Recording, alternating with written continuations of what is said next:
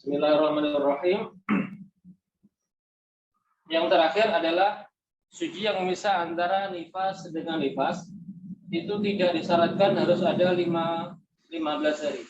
Tidak disyaratkan harus ada 15 hari. Boleh kurang. Seperti ada wanita setelah melahirkan, dia nakok suci selama 2 hari, maka dia diwajibkan mandi wiladah lalu beribadah selama 2 hari tersebut, yaitu sholat. Kalau Ramadan puasa jika dia kuat atau mampu, lalu juga boleh bersetubuh karena kondisinya memang suci. Lalu dia keluar darah 58 hari dihukumi nifas. Mengapa nifas? Karena masih dalam lingkup 60 hari. 2 ditambah 58 masih 60 tepat, maka 58 dihukumi nifas. Ketika darahnya berhenti, wajib mandi lagi, mandi nifas. Lalu 1 hari dia nakok, wajib beribadah, isinya SPJ, sholat puasa dan bersetubuh, misalkan begitu. Lalu dia melahirkan anak, yang anak ini masih berupa janin, yang tentunya pastinya bakal mati karena baru berumur kurang lebih 2 bulan. Ini disebabkan karena adanya persetubuhan ketika nakok yang awal. Ketika di nakok yang kedua, suci yang kedua, dia bersetubuh, mengakibatkan dia hamil lagi. Kemudian calon bayi ini keluar atau lahir hanya dalam waktu yang kurang lebih 2 bulan, pastinya akan mati karena belum ada nyawanya, belum dimasuki ruh. Lalu dia berdarah 30 hari. Karena ini berupa janin, bukan berupa bayi, yang disebabkan karena persetubuhan yang baru, maka hukumnya nifas, bukan anak kembar. Kalau anak kembar adalah lahir pertama berupa bayi, lahir kedua berupa bayi yang sempurna, maka dihukumi kembar, sehingga yang dihukumi nifas adalah yang setelah melahirkan kedua saja.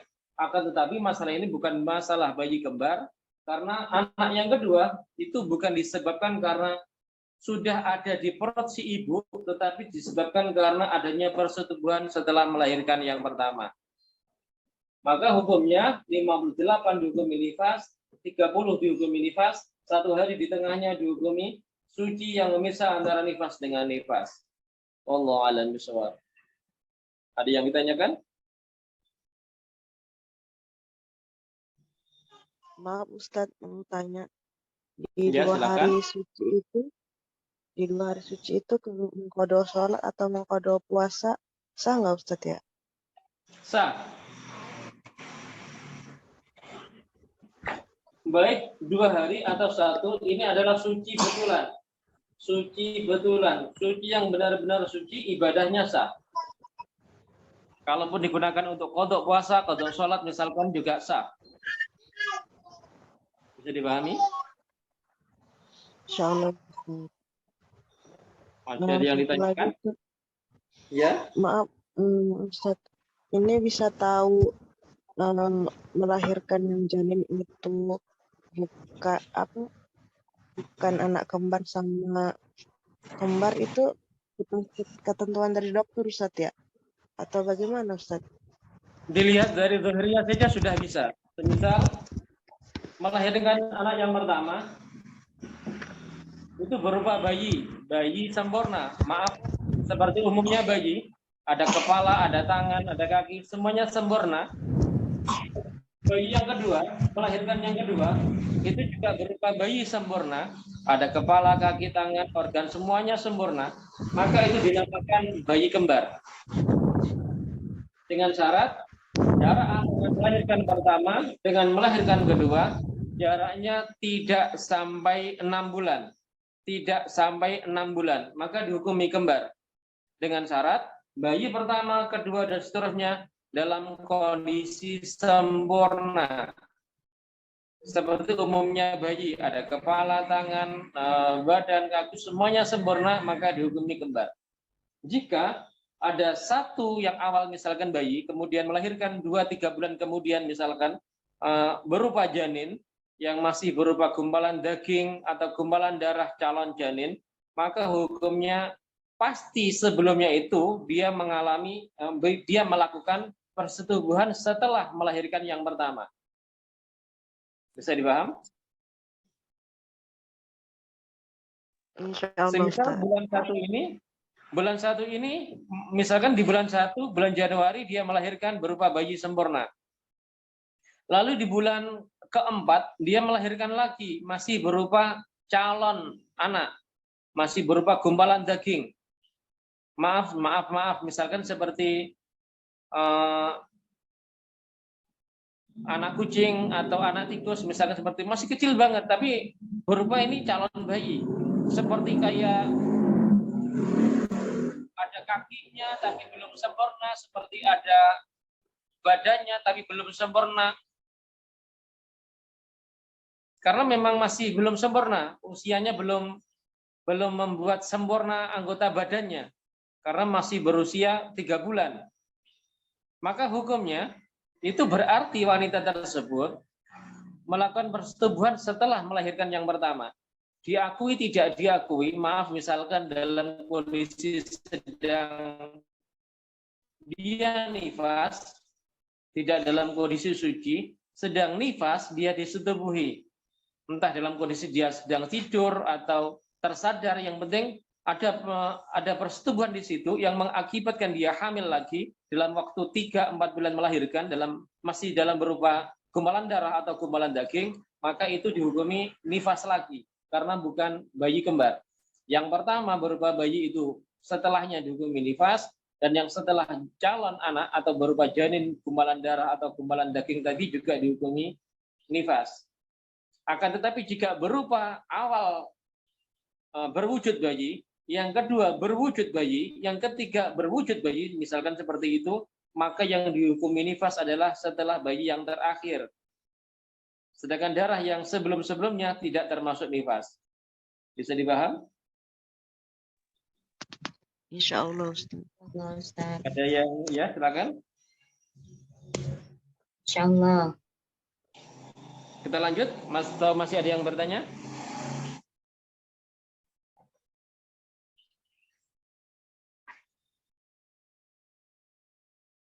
Bagaimana? Lanjut? Ada yang ditanyakan? Insyaallah lanjut Ustaz. Sebelum saya lanjut, ini akan masuk dalam bab mustahadhah, bab istihadhah, halaman 28.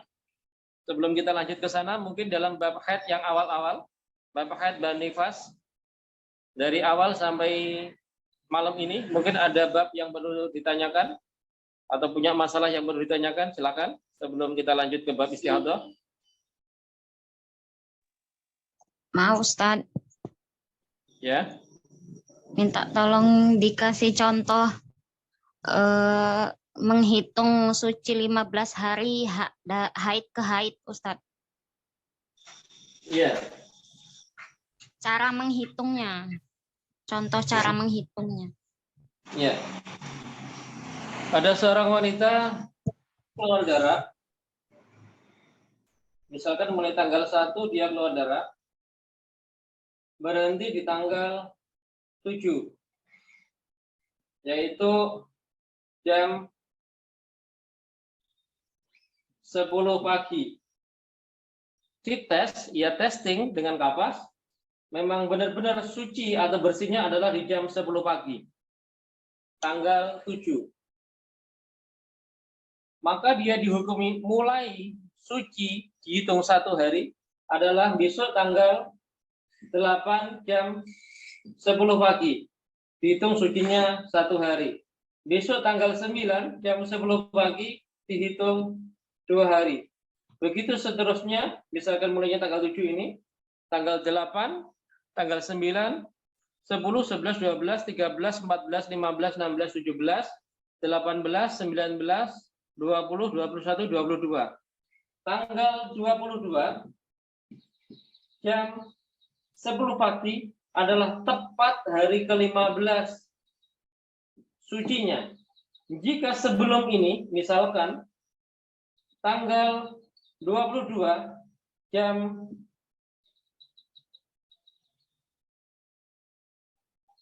7 pagi, dia sudah keluar darah, maka hukum darah ini tidak dihukumi haid.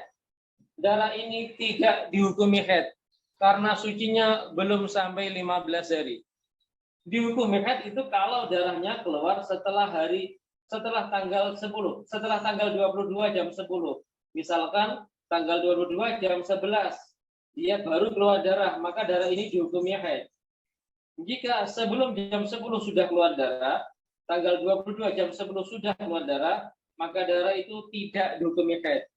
Atau misalkan tanggal 20 keluar darah, maka darah ini juga tidak dihukumi haid karena sucinya belum mencapai 15.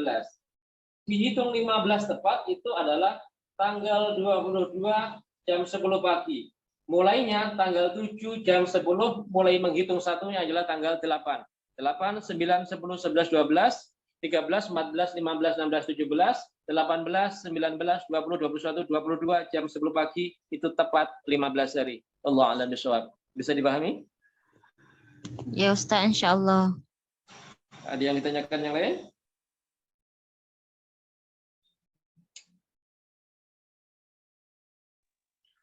Maaf Ustadz, mau tanya. Ya, silakan.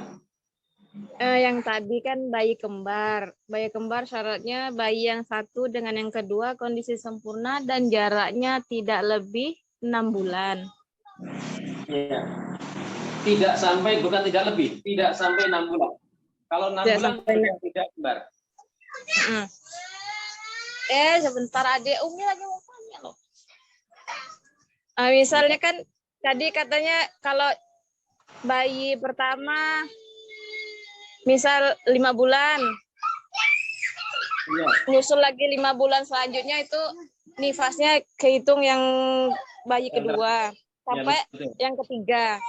Ya. Kalau misal bayi yang ketiga lagi 5 bulan lagi jaraknya, baru lahir yang ketiga lagi itu Ustaz, hitungannya kayak mana? Dihitung Kalau dari bayi pertama. ya, misalkan begini, bulan 1, bulan 6, bulan Apa 13. sampai di Bulan 1 melahirkan, bulan 6 melahirkan, bulan 5 melahirkan, bulan 10 melahirkan. Apa hukumnya? Yang pertama pastinya berupa bayi.